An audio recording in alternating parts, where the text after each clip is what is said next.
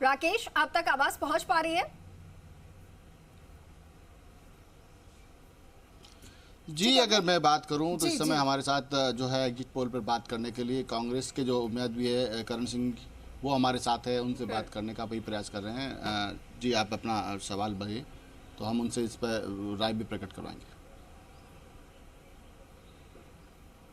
जी Rakesh, exit poll जो हम अपने चैनल्स के थ्रू दिखा रहे हैं, तमाम जो अलग अलग एजेंसियां हैं उन्होंने अपना एग्जिट पोल कल सबके सामने रखा, लेकिन अब इस एग्जिट पोल को देखकर जो पहले दावे किए जा रहे थे इससे पहले, अब इसके बाद क्या तस्वीर बदली है और क्या अनुमान लगाए जा रहे हैं, रिजल्ट कैसा हो सकता है? चलिए रिजल्ट पर भी हम अगर बाद में जाएं तो ये जो एग्जिट पोल के आंकड़े आए हैं उसको लेकर क्या कुछ तस्वीरें सामने आई है? जी, बात करूं जिस तरीके से पूरे प्रदेश की जो 25 सीटें हैं उनको लगातार पिछले 2 चुनाव में जिस तरीके से भाजपा ने 25 के 25 सीटें जीती, उसके बाद लगातार जिस तरीके से दावे किए जा रहे थे कि इस बार भी 25 के 25 सीटें जीती जाएगी, लेकिन जिस तरीके से मतदान का प्रतिशत कम होना और मतदान प्रतिशत कम होने के बाद जब अब एग्जिट पोल आए तो एग्जिट पोल में निश्चित रूप से भाजपा की जहाँ 15 से 19 सीटों की बात की जा रही है, वहीं कांग्रेस की 6 से 8 सीटों की बात की जाए तो कमोबेश अब स्थिति बदली भी है, थोड़े सुर भी बदले हैं। लेकिन सबसे बड़ी बात है कि पश्चिमी राजस्थान में 5 सीटें आती है, वहाँ पर भी कहीं ना कहीं भाजपा को नुकसान की स्थिति में खड़े हैं। इस समय हमारे साथ कांग्रेस के प्रत्याशी जो करण सिंह उचड़ रहे हैं, उनसे भी बात करने का प्रयास करेंगे। सर, जिस तरीके से एग्जिट पोल आया है, अब कांग्रेस को कुछ सीटें मिल रही है राजस्थान में। एग्जिट पोल जो बता रहा है वो एग्जैक्ट पोल तो आपका 4 तारीख को आएगा, और मेरा दृढ़ मान्यता है कि सीटें 12 से कम नहीं आएगी कांग्रेस की। नहीं, जिस तरीके से एग्जिट पोल में आया है कि पश्चिमी राजस्थान में भी कुछ सीटें मिल रही है, लेकिन आप कह रहे हैं 12 सीटें से ज़्यादा आएगी, लेकिन जो अभी एग्जिट पोल है उसमें आपको 6 से 8 सीटें मिल रही हैं। जोधपुर तो जीत ही रहे हैं, इसमें तो कोई फनबटी नहीं है। मैं कह रहा हूँ राजस्थान पूरे में 12 सीटें से कम नहीं आएगी। जोधपुर को कोई चमत्कार ही हरा सकता है, जोधपुर नहीं हार सकता। जोधपुर में कांग्रेस पार्टी जीतेगी। करण सिंह जी का कहना है कि जोधपुर में संभवतः चमत्कार ही भाजपा को जिता सकता है, कांग्रेस को हरा नहीं सकता। लेकिन अब देखना है कि अब मैच केवल 46 घंटे का समय बचा है, उल्टा काउंटडाउन शुरू हो गया, क्योंकि 4 तारीख को सुबह ठीक 8 बजे मतगणना जब पोस्टल बैलेट की शुरू होगी, उसके बाद अब तक अगर 9:30 बजे की मैं बात करूं तो मतगणना का प्रथम चरण संभवतः पूरा हो जाएगा। उसके बाद जो रुझान आने शुरू हो जाएंगे, तो ये तो अब 4 तारीख को जो है 46 घंटे बाद ही पता चलेगा कि किसकी जीत किसकी हार की तरफ हम बढ़ेंगे। लेकिन अभी तक के जो एग्जिट पोल आए हैं, एग्जिट पोल में कांग्रेस कहीं ना कहीं आशान्वित है और करण सिंह जी भी ज़्यादा आशान्वित नजर आ रहे हैं। फिलहाल हम उनके साथ हैं, लगातार उनसे उनका जो रणनीति रहा इस बार उसको लेकर भी बात करेंगे। जिस तरीके से कांग्रेस ने बिल्कुल बिल्कुल राकेश, आप अपनी बात जिस तरीके से आपकी रणनीति रही पूरी कांग्रेस की, उस पर क्या कहेंगे? कांग्रेस ने एकजुट होकर के ज़बरदस्त चुनाव लड़ा, उसका नतीजा है कि हम लोग भारतीय जनता पार्टी के 10 साल के झूठ को गांव-गांव ढाणी ढाणी तक पहुंचाने में सफल रहे, और जो यहाँ के सांसद महोदय ने जो काम नहीं किया था वो बात भी हम पहुंचाने में सफल रहे। और मैंने भी जो 25 साल में एक समाज सेवी के रूप में, एक कांग्रेस के कार्यकर्ता के रूप में जो काम किया था, उसको भी पब्लिक ने कहीं न कहीं आइडेंटिफाई किया है, जिसका नतीजा है कि हम कांग्रेस पार्टी को जिताने में सफल रहेंगे। आप मानते हैं कि जिस तरीके से राहुल गांधी ने और कांग्रेस ने आपका मैनिफेस्टो दिया, न्याय 25 गारंटी दी, उसका भी फर्क पड़ा है राजस्थान में? निश्चित रूप से कांग्रेस पार्टी कह रही थी कि हम गरीब महिलाओं को 1 लाख रुपए देंगे, हम युवा जो ग्रेजुएशन कर लेगा उसको पहली नौकरी पक्की करेंगे। हम गरीब युवा महिला की बात कर रहे थे।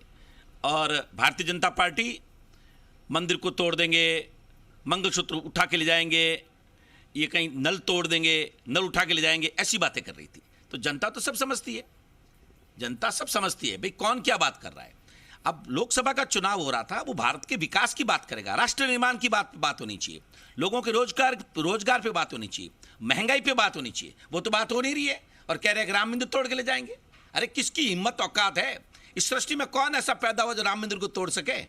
अगर राम मंदिर को कोई तोड़ने जाएगा और गोली चली तो सबसे पहले करण सिंह ऊंचा खाएगा, किसी भी कीमत पर, कोई भी कीमत पर सबसे पहले मैं चुकाऊंगा। कोई माइका लाल इस सृष्टि में 3 लोक में पैदा नहीं हुआ जो मेरे प्रभु श्री राम के मंदिर के सामने देख सके। सिर्फ एंड सिर्फ वोट मांगने के लिए इस तरह तक बात करना कतई उचित नहीं है। इसलिए हमने, कांग्रेस पार्टी ने महिलाओं की बात करी, युवाओं की बात करी, रोजगार की बात करी, तो निश्चित रूप से हमें सफलता मिलेगी। करण सिंह जी का कहना था कि कांग्रेस का जो मैनिफेस्टो था कहीं न कहीं उसको बुनाने में वो काफ़ी हद तक सफल भी हुए। जिस तरीके से लोकसभा चुनाव के प्रचार के दौरान भाजपा मोदी के आसपास केंद्रित रही, लेकिन कांग्रेस की जो घोषणा पत्र था वो आम जनता तक पहुंचाने में कहीं न कहीं ये लोग कामयाब हुए। इसीलिए अभी तक जो एग्जिट पोल में भी बता रहे हैं कि 6 से जो 8 सीटें तक कांग्रेस को आ सकती है, तो कहीं न कहीं आम जन तक पहुंचने का जो प्रयास था उसमें कुछ हद तक वो सफल भी हुए। लगातार पिछले 2 चुनाव में जिस तरीके से हार मिली, लेकिन इस चुनाव में उनकी कुछ हद तक सफलता भी, उनका मैनिफेस्टो उनके लिए काफ़ी कारगर साबित होगा। जी बिल्कुल बिल्कुल राकेश, जो मैनिफेस्टो कांग्रेस का रहा है उसको लेकर काफी ज्यादा आशान्वित नजर आ रही है और 12 सीटों को लेकर दावा कर रही है। लेकिन मैं जानना चाहूंगी करण जी से कि ऐसी कौन कौन सी सीटें उन्हें लगती हैं जो कि बीजेपी को पूरी तरीके से टक्कर देती नजर आ रही है और उनको लेकर वो बिल्कुल कॉन्फिडेंट होंगे कि वो सीटें कांग्रेस के खाते में ही आएगी। ऐसी कौन सी सीटें? सर, अगर बात करें जिस तरीके से आप दावा कर रहे हैं मैनिफेस्टो में 12 सीटों के लिए, तो ऐसी कौन सी सीटें हैं प्रदेश की जो आपको लगता है कि श्योरली कांग्रेस के खाते में आएगी और बीजेपी हारेगी? मैं इस तरीके से आपको सीट टू सीट तो ज़्यादा बात नहीं कर पाऊंगा, पर कांग्रेस पार्टी जिसमें जोधपुर तो नंबर 1 पे रहेगी और 12 सीटें जीत के आएगी। इनका कहना है कि वो सीट टू सीट तो अभी नहीं बता सकते आंकलन, क्योंकि वो तो अब 46 घंटे बाद ही पता पड़ेगा। लेकिन निश्चित रूप से उनका कहना है कि जोधपुर की सीट वो जीतेंगे और इसके अलावा जो दूसरी सीटें हैं 12 सीटें वो दावा कर रहे हैं कि कांग्रेस के खाते में जाएगी और बीजेपी महज 13 सीटों पर सिमट जाएगी। लेकिन उनका जो आशान्वित होना कहीं ना कहीं उनको आगे बढ़ाता है कि वो काफ़ी कांग्रेस के लिए जिस तरीके से उन्होंने प्रचार किया। और सबसे बड़ी बात है कि पूरे राजस्थान में जो विकास का मुद्दा जो शुरू हुआ वो जोधपुर से ही शुरू हुआ था, तो कहीं ना कहीं इन्होंने कांग्रेस के लिए बहुत बड़ा काम किया है।